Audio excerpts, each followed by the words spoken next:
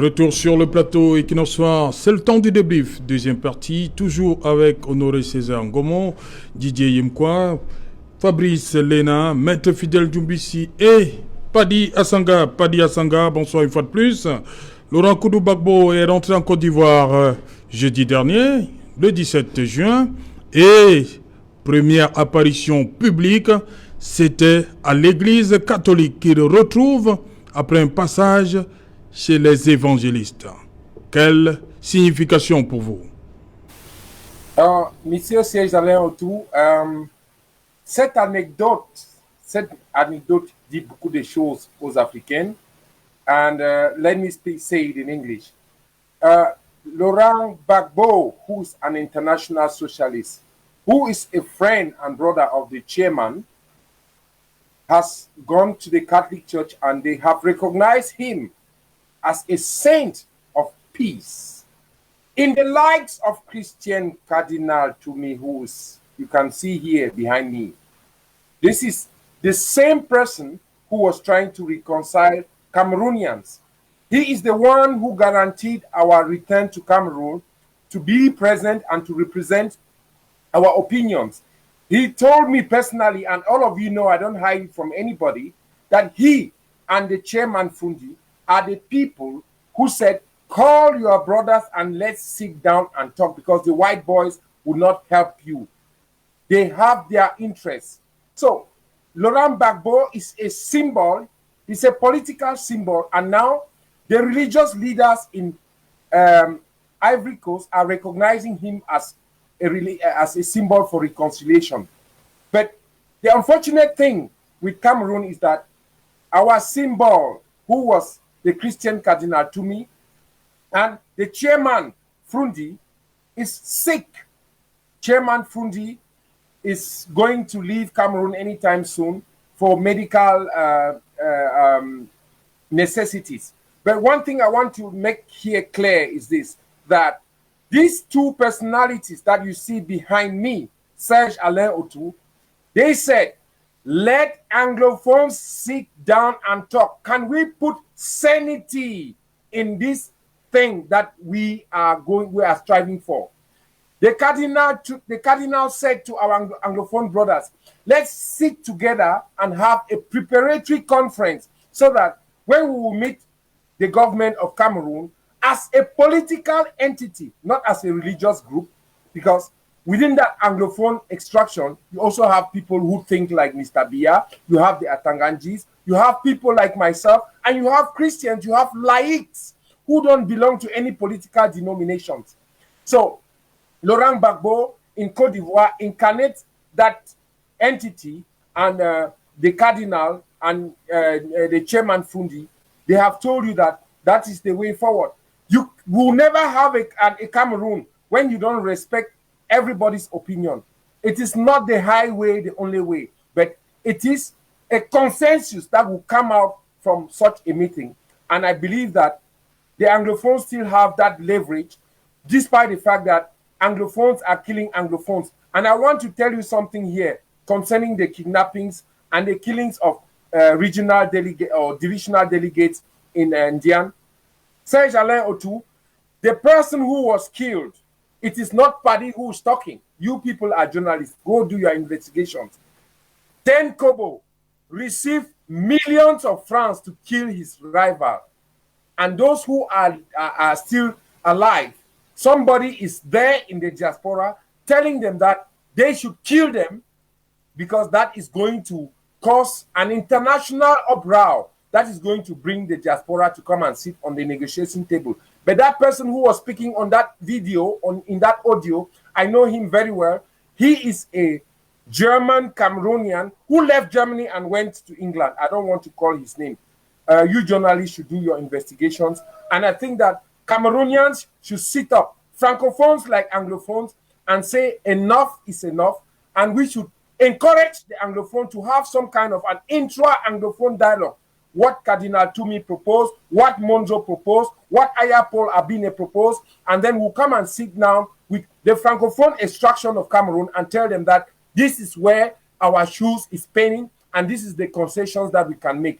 I think I would have told you where the way forward, And if you have any other questions, I'm still on your platform. Thank you for having me. Merci, Paddy. On va d'abord rester sur cette apparition publique de Laurent Koudou-Gbagbo. Didier Imkwa, pour vous, qu'est-ce que... Il y a tout un symbole, la remise d'un chapelet blanc par le cardinal d'Abidjan, Jean-Pierre Coutois, et qui lui dit ceci: le train de la réconciliation est sur les rails, mais il faut que le train aille jusqu'à la gare de la paix. Serge Alain Autou, dois-je revenir sur l'éloge que j'ai fait à l'entame de l'émission? À l'entame de l'émission à Gbagbo.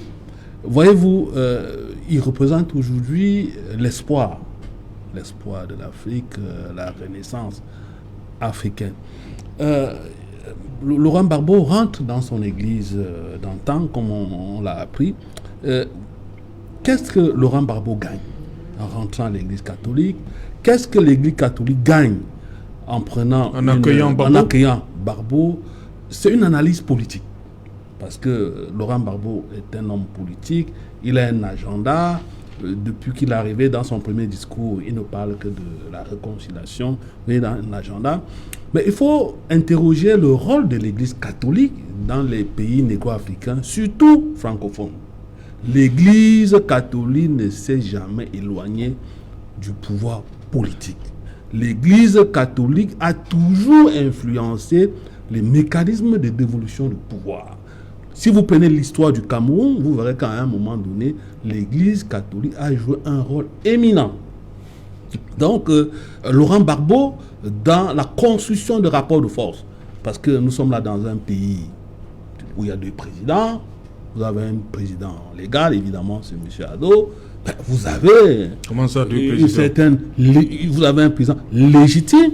Je ne voudrais pas que ça crée une friction. Le président Ouattara est président de Côte d'Ivoire. D'accord, ce que j'ai dit, je n'ai pas de légalité. Non, vous dites que deux présidents. Non, il y a eu une élection. C'est quand même une de gros caïmans, il faut faire attention. Oui, mais le président Laurent Gbagbo n'est pas président. Laurent Gbagbo, qui rentre dans l'église catholique, c'est une grosse prise pour l'église catholique. Il aura, dans la construction du rapport de force, il aura besoin de l'église catholique pour dérouler son programme. Il a un agenda politique, qu'on le veuille ou non. Il aura besoin de l'Église catholique pour dérouler son programme. Mais il y a malheureusement, je serai obligé d'entrer dans sa vie privée.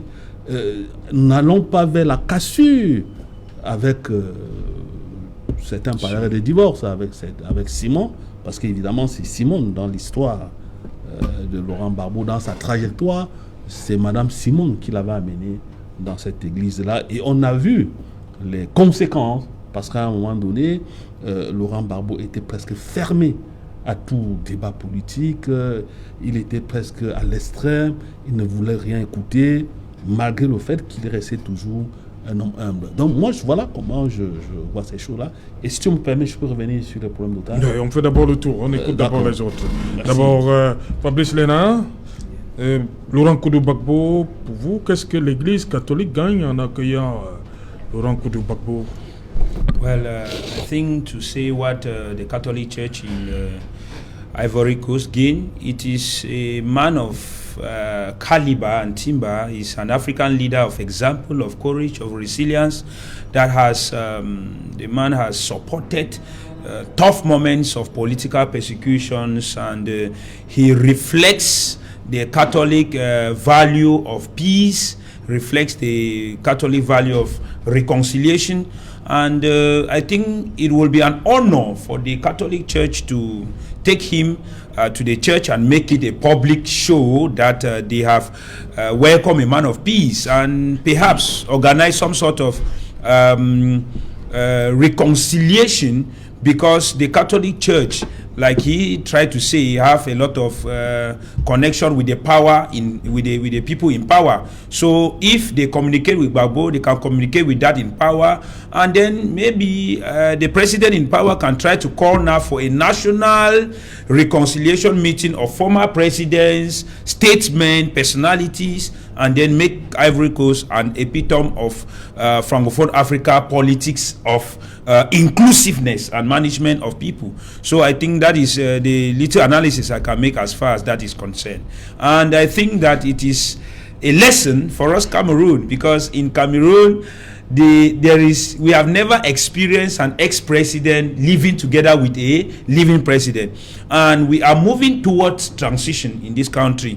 We should learn to be tolerant. We should learn to accept other people. We should learn to live in a society where you can be in power and disagree with somebody in the past, agree with the person in the present, and say that, okay, it's time for us to look our differences behind and look at the future of our country, see how we can reconstruct the country and make it to move forward. So it is Laurent Gbagbo's appearance is a lesson for Cameroon leaders and for the Catholic Church in Cameroon to stand for the people, people's leader and those in power, to reconcile them and move to the path of peace. Voilà, Honoré César Ngom, pour vous, le président Gbagbo, il avait intérêt à retourner. Qu'est-ce qui peut, selon vous, l'avoir motivé à rentrer, on va dire comme ça, ses premières amours?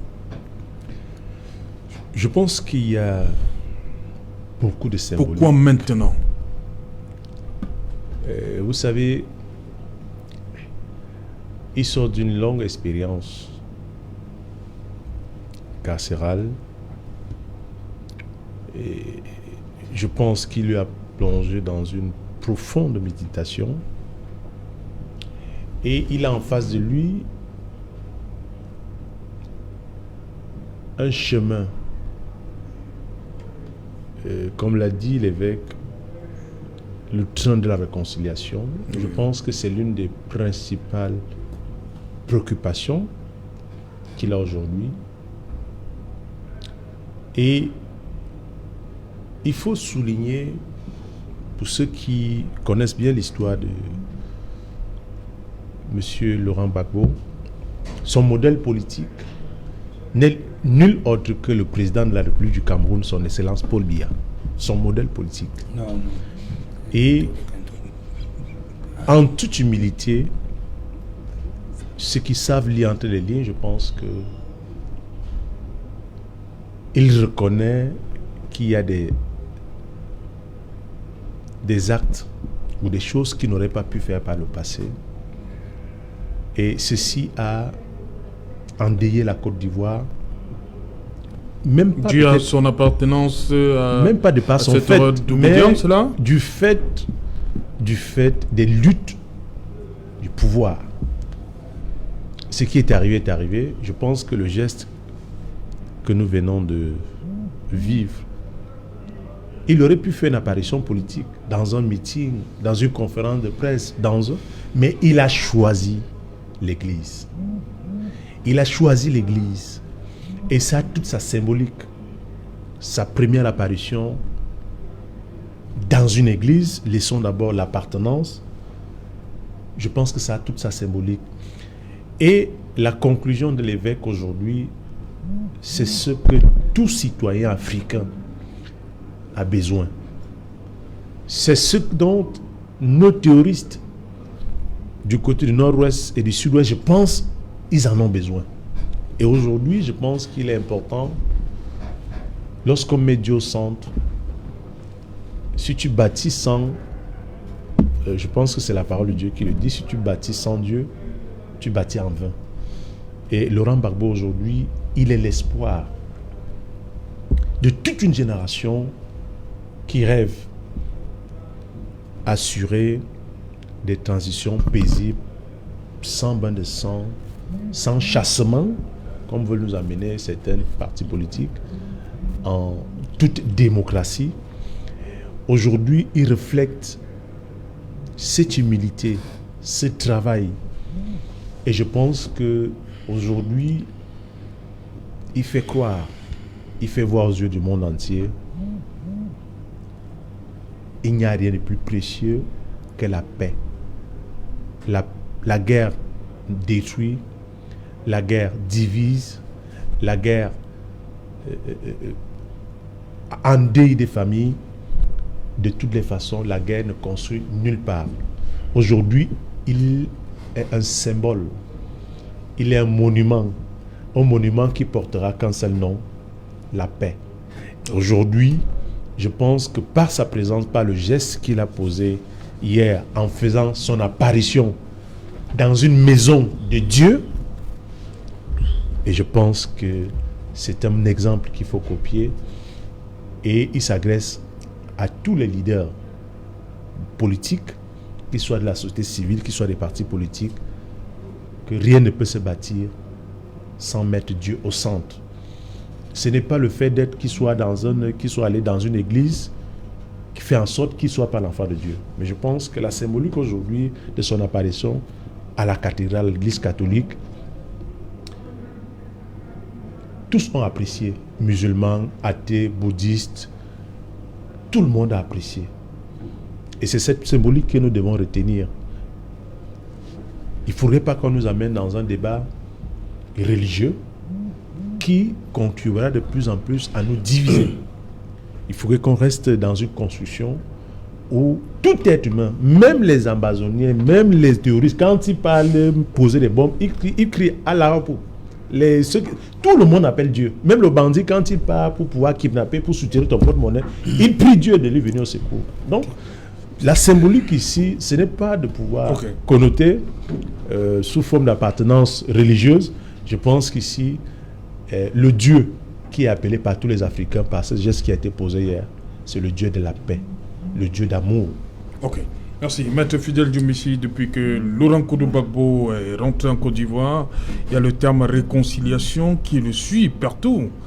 Et c'est comme a dit son fils Michel Koudou-Gbagbo au micro de notre reporter sur place, Cédric Noufélé, à Grand Bassam, du côté de la Côte d'Ivoire. Il pense que son père est un maillon essentiel pour la réconciliation en Côte d'Ivoire. C'est votre avis? Oui, je vais parler en tant que catholique de l'église catholique romaine. Oui. Il y a un autre événement qui n'a pas attiré beaucoup d'attention. Il y a Blé Goudé, son co-détenu et son compagnon de guerre, son ancien ministre de la jeunesse, de la jeunesse, qui s'est fait baptiser la semaine dernière à l'église catholique à Bruxelles. Oui. Donc, bon, l'église catholique récupère ses... Ce n'est pas une récupération. Ses ouailles? Non, je dis récupère ses ouailles qui, à un moment, sont partis, c'est ça? L'église catholique est une grande église. Oui. C'est une église universelle. C'est la mère des églises. C'est une église universelle. Il faut rappeler que Laurent Gbagbo est resté chrétien. Parce que même s'il va chez les évangéliques, il change seulement de chambre. Oui. Parce que nous parlons de l'œcuménisme. Lorsque nous voyons toutes ces églises avec pour base le christianisme. Et qu'il y a eu cette division depuis la réforme avec Luther, avec les 995 thèses placardées. Le 31 octobre, l'église de Wittenberg. Le 31 octobre 1517. Les 595 thèses. Les 95 thèses. Exact. Sur lesquelles il marquait la différence avec l'église catholique romaine.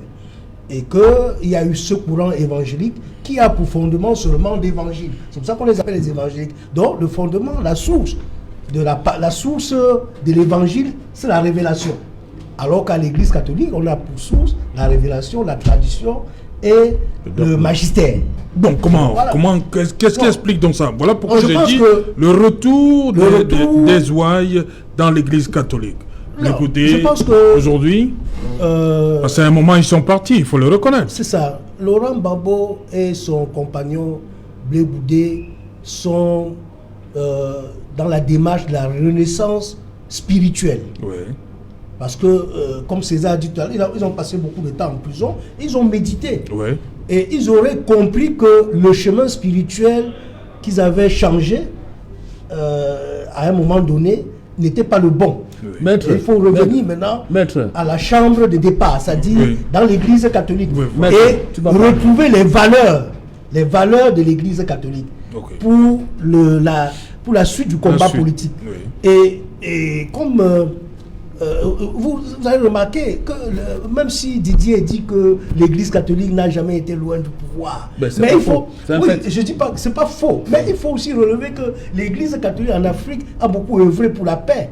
Vous vous souvenez, lors des conférences nationales des troubles, il y a beaucoup de... On a confié aux cardinaux, des évêques Moussengo au Congo. Exact. De Souza au Bénin. Exact. Donc l'Église catholique a joué mais n'allons pas dans ce débat-là. On sait comment aussi l'Église catholique s'est installée. Pour moi, il était judicieux pour un africaniste de nous rejoindre, moi qui crois au crâne, pan-africaniste et kémite. Parce que c'est un peu, voilà, c'est un peu paradoxal. Je lui réponds. La spiritualité. Non. Je lui réponds. Permettez à Maître Djoumbessi d'aller jusqu'au bout de ça. Je lui réponds. C'est un débat. Non, Didier. Non, c'est pas ça. Non. Il faut comprendre. C'est ma façon de voir les choses. Mais nous qui croyons au crâne, nous qui faisons l'hindouisme, à Bamako, nous sommes tolérants. Donc je voudrais juste. C'est un discours contradictoire. Pour un panafricaniste qui croit qui est kémite, c'est-à-dire qui croit au retour, ou bien, oui, au retour, peut-être en Égypte, peut-être pas au retour, mais il faut revoir. Parce que c'est ça le panafricanisme. Il eût été judicieux pour Laurent Gbagbo-Koulou de nous rejoindre. Mais on ne lui fait pas un procès. Parce que vous avez dit quelque chose de très important, l'écuménisme. Nous qui font l'hindouisme à Banganté, nous ne sommes pas fermés à l'écuménisme. Parce qu'en fait, il y a un Dieu qui est un être suprême. Non, si vous faites l'hindouisme ou bien l'hindouisme, ce n'est pas le communisme, ça. Le communisme, c'est toutes les religions qui ont pour base le christianisme. Ah bon? Oui, c'est ça le communisme. Donc si c'est ça, alors je retire. Bon, si on veut parler de ça, on parle. Non, je me retire. Je ne suis pas assez. J'ai pas assez de ressources pour aller dans ce terrain. Non, si le communisme, c'est la chrétienne. Le communisme concerne seulement les chrétiens. Ah, d'accord. Toutes les religions qui ont pour base le christianisme. D'accord. Et on peut, si on va étendre à d'autres religions, on parle de dialogue interreligieux. Tout à fait. Si on sort du christianisme pour aller à l'islam, par exemple, il y a des concertations avec d'autres religions. Donc le christianisme fait des concertations. Oui, je voulais parler du recours à l'Égypte, pas du retour. Alors, nous pouvons faire la concertation avec vous. Et c'est là où on parle de dialogue interreligieux. Tout à fait. Donc, je veux dire que Laurent Gbagbo rentre à l'Église catholique pour retrouver ses valeurs. Et comme il a annoncé que lui, il sera prêt pour contribuer à la réconciliation dans son pays. Et vous avez entendu l'évêque qui a célébré la messe dit qu'il compte sur lui pour que le dialogue soit fructueux et pour que la Côte d'Ivoire retrouve la paix.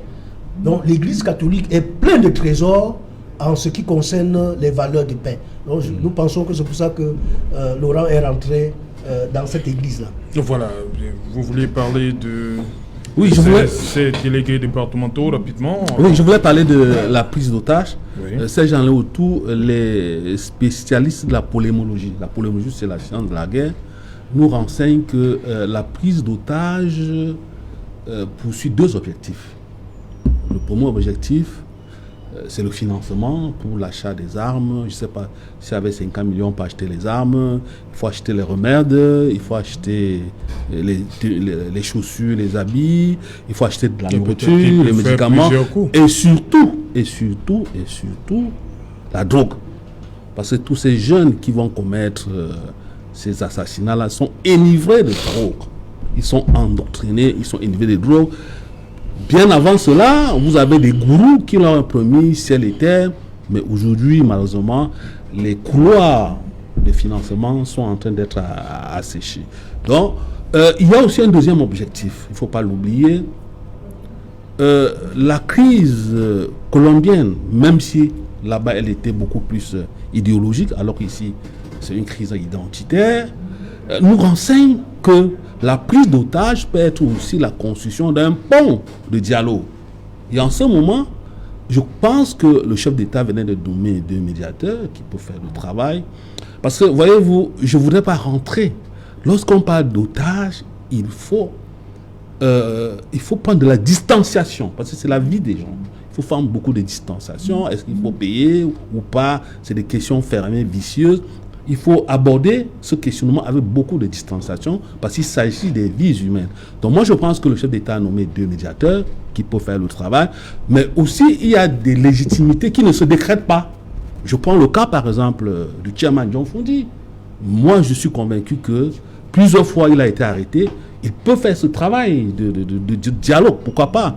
Nous avons perdu un autre influenceur, son éminence, le cardinal Toumi. Je pense qu'il est temps de mettre un certain nombre d'influenceurs dans ce genre de rôle-là pour que ces fonctionnaires-là retrouvent leur famille. C'est la grande criminalité peut-être. On dit ça depuis, mais c'est depuis qu'on demande. Oui, nous sommes sur le plateau. J'espère qu'en face de ceux qui sont à Yaoundé nous écoutent. Parce qu'il faut utiliser des c'est les mêmes noms qui reviennent depuis, et même avant la mort du cardinal Toumi. Vous savez, c'est mon discours. Je suis resté cohérent parce que je préfère ne pas politiser ces histoires d'otages parce que je condamne, d'autres n'ont pas condamné. Didier Mkwa, vous pensez qu'il faut nommer quelqu'un? On a déjà nommé 2 médiateurs. Non, vous parlez ni John Frondi. Oui, je crois. C'est un influenceur. Oui, je pense. Il faut aller parce que c'est des Camerounais. C'est pas des Camerounais qui ont pris en otage les Togolais, les Béninois. C'est des Camerounais qui ont pris d'autres. Donc il faut négocier. Il faut discuter. C'est ça que le deuxième objectif. Ça peut être un pont ça peut être un pont de dialogue. Ça peut être. Il faut décrypter. Dans la polémologie, il faut savoir décrypter les représentations. Il faut savoir décrypter des figures, vous comprenez. Donc il faut éviter de tomber dans la condescendance, dire qu'on ne va rien faire, mais c'est des familles qui sont aujourd'hui en train de souffrir. Imaginez que c'est mon petit frère, mon souvenir, qui a été pris en otage. Je ne serai pas dans les mêmes dispositions psychologiques que les autres panélistes. Donc il faut comprendre cela. Donc moi je pense que lorsqu'on a la chance, et même le privilège, d'avoir des personnalités comme John Frondi, qui à un moment donné, parce qu'il faut le dire, il faut le rappeler à certaines personnes ici, qu'en 1990, ce monsieur au sommet de la gloire, il aurait pu faire basculer le Cameroun dans le feu, dans la GN. Il lui fallait juste quelques mois. Il y a des leaders politiques aujourd'hui qui lui en veulent parce qu'il a refusé de prendre les armes pour revendiquer sa victoire, entre guillemets. Donc je pense qu'il garde encore une certaine légitimité. Merci. Le gouvernement peut l'utiliser, c'est un Cameroun. Rapidement, 30 secondes chacun, on sort de l'émission. Oui, il faut relever que... Qu'est-ce qu'il faut faire pour venir libérer les délégués encore en vie? Qu'est-ce qu'il faut faire? La responsabilité incombe aux gouvernants, à ceux qui sont au pouvoir.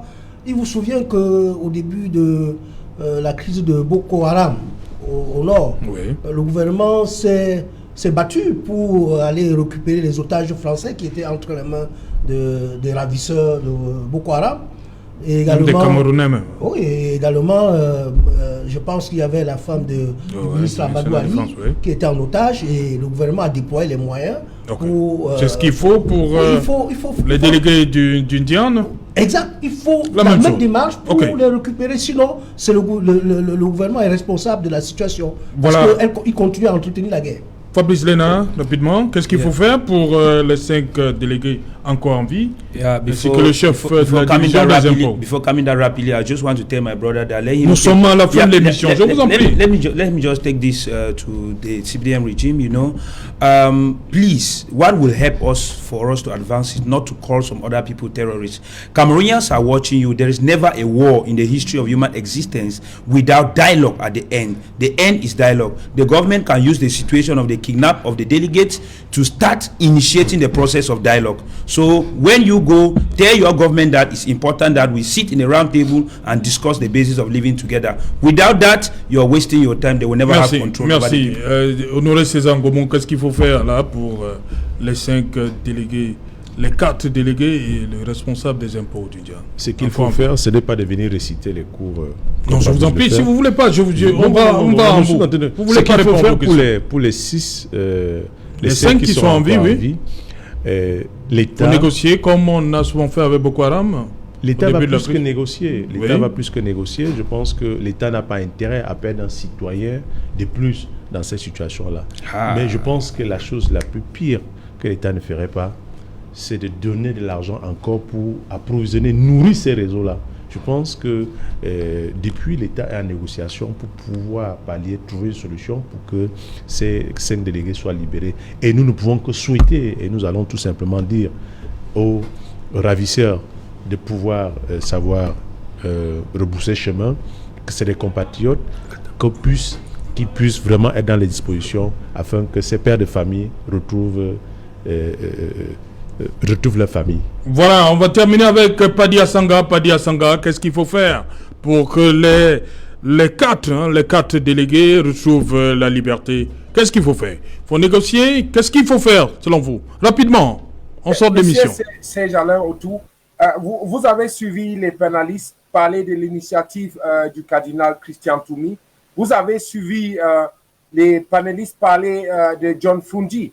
Le préalable, c'est que il faut que les anglophones se retrouvent et ils se pardonnent entre eux parce qu'il y a des crimes qui ont été commis parmi des anglophones.